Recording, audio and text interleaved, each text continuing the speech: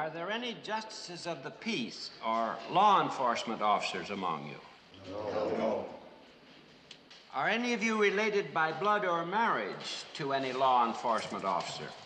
No. So much for qualifications. I will now examine for cause. Do any of you have any business pending with the prosecuting attorney, Mitchell Lodwick? No. Do any of you have any business pending with Paul Beegler, attorney for the defense? No. Are any of you acquainted with the defendant sitting there on Mr. Beegler's left? No. Will Mrs. Laura Mannion, the defendant's wife, please stand? Do any of you know Mrs. Mannion? No. Thank you, Mrs. Mannion. You may be seated. Counsel may challenge the jury for cause. Your Honor, before counsel's challenge, may I introduce Mr. Claude Dancer to the court? Mr. Dancer is an assistant attorney general from Lansing. Because of the peculiar nature of this case, I've requested the Attorney General to allow Mr. Dancer to sit in with the prosecution.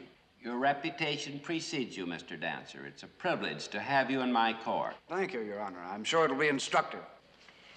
Do any of you jurors have any business pending before the Attorney General's office? No. I must apologize for my disparaging remarks about the Upper Peninsula and its customs.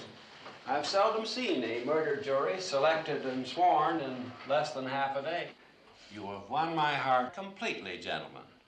Now, Mr. Dancer, you asked for the recess. What's your problem? There was a little suggestion I wanted to make, Your Honor. By all means. Since the defense plea is insanity, the prosecution has retained a psychiatrist. Under the statute, we have the right to petition for a mental examination of the defendant by our own doctor. Are you familiar with that statute, Mr. Beeler? Moderately.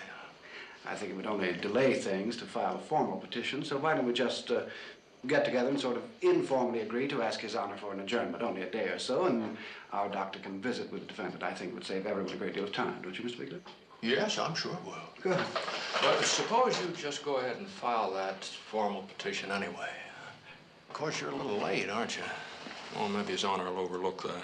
And then I'd sort of like the jury to see that you think our insanity plea has some merit. There really won't be any need for our doctor to examine your client. Naturally, I was only following the usual procedure. Well, naturally, I'm all for it.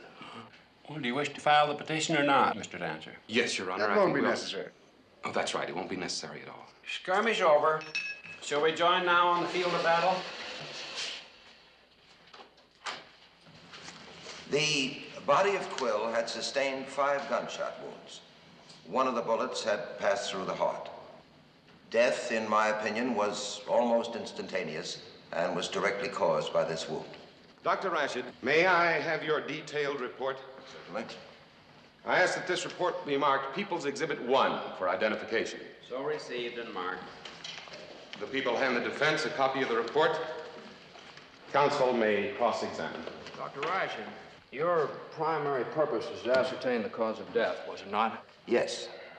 And yet I read in your report here that you checked to determine whether spermatogenesis was occurring in the body of the deceased at the time of death. Objection, Your Honor. The people called this witness only to show the cause of death. Your Honor, the entire report was offered as evidence, and the report contains this information about spermatogenesis. Overruled, Mr. Ludwig. The witness may answer. Yes, I made that examination on the deceased. Now, would you tell the court your findings? Spermatogenesis was occurring at the time of death. In other words, the deceased in life was not sterile. He could produce children. That is correct. Now, doctor, if a woman says that she has had intercourse with a certain man, and the man is proved fertile, even though no evidence is found in the woman's body, could a lawyer, say a prosecuting attorney, could he use this as evidence that the woman is lying? Your Honor, I object to this line of questioning. We're not concerned here with whether or not there have been relations between a man and a woman. Well, Your Honor, as long as an examination for spermatogenesis has been made, at least we're entitled to know why. Overruled. You may answer. Yes, prosecution could use that, though it certainly would not be conclusive that she was lying. Why not? There could be several reasons why the test on her was negative. The use of a contraceptive, or possibly there was no completion on the part of the man. Now, in this post-mortem, were you also asked to determine whether or not the deceased had reached a sexual climax shortly before his death? No, sir. Could you have made such a determination? Oh, yes. So you were only asked to make such examination that might be useful to the prosecution, none that might help the defense. I object, Your Honor. The question is argumentative. Counsel for the defense is trying to impugn the intent of the representatives of the people. Mr. Beegler, you must be aware that the question is improper. I withdraw the question, Your Honor, and apologize. The question and answer will be stricken, and the jury will disregard both the question and the answer. That's all the questions I have. No redirect. The people now call Lloyd Burke. Will the witness step forward, please? How can a jury disregard what it's already heard? You do They solemnly can't, swear that Lieutenant. the testimony you shall give in this cause shall can't. be the truth, the whole truth, and nothing but the truth. So help you God. I do. Sit down, please. Will you state your profession, please, Mr. Burke? I'm a commercial photographer. Were you called upon by the police to take photographs of the body of the deceased Bernard Quill before and after he was removed from the scene of death? Yes, sir, I was. Were these photographs of the deceased made by you?